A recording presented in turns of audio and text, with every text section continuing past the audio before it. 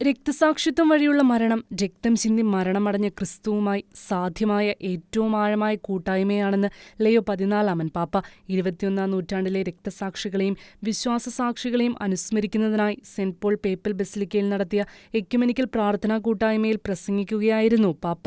ലയോ പാപ്പ നേതൃത്വം നൽകിയ ചടങ്ങിൽ വിവിധ സഭകളിലെയും സമൂഹങ്ങളിലെയും അംഗങ്ങളും പ്രതിനിധികളും പ്രാർത്ഥനകൾ നടത്തി. സെപ്റ്റംബർ 14 ആഘോഷിച്ച വിശുദ്ധ കുരിശിന്റെ പുകഴ്ചയുടെ തിരുനാളിന്റെ പശ്ചാത്തലത്തിൽ പീഡനത്തിന്റെ പ്രതീകമായ കുരിശ് നമ്മുടെ രക്ഷയുടെ മാർഗവും ക്രിസ്ത്യാനികളുടെ പ്രത്യാശയും രക്തസാക്ഷികളുടെ മഹത്വവുമായി എങ്ങനെ രൂപാന്തരപ്പെട്ടുവെന്ന് പാപ്പ പങ്കുവച്ചു.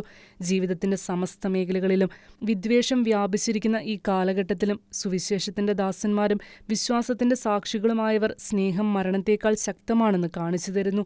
ആധുനിക കാലത്ത് പലരും ദുഷ്കരമായ സാഹചര്യങ്ങളിലൂടെയും പ്രതികൂല സാഹചര്യങ്ങളിലൂടെയും കടന്നു പോവുകയും യേശുവിനെ പോലെ പീഡിപ്പിക്കപ്പെടുകയും അപലപിക്കപ്പെടുകയും കൊല്ലപ്പെടുകയും ചെയ്യുന്നതായി പാപ്പ പറഞ്ഞു.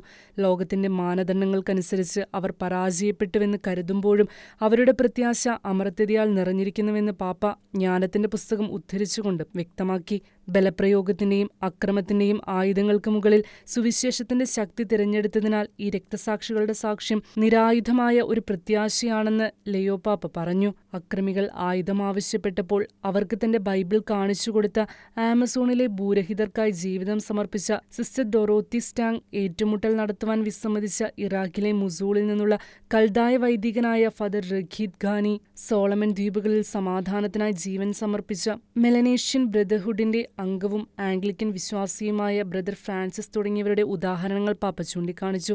രക്തത്തിന്റെ എക്യുമെനിസം വിവിധ സഭകളിലുള്ള ക്രൈസ്തവരെ ഒന്നിപ്പിക്കുന്നതായി അടുത്തിടെ നടന്ന സിനഡിനെ ഉദ്ധരിച്ചുകൊണ്ട് പാപ്പ വ്യക്തമാക്കി. International desk, Shekinah news.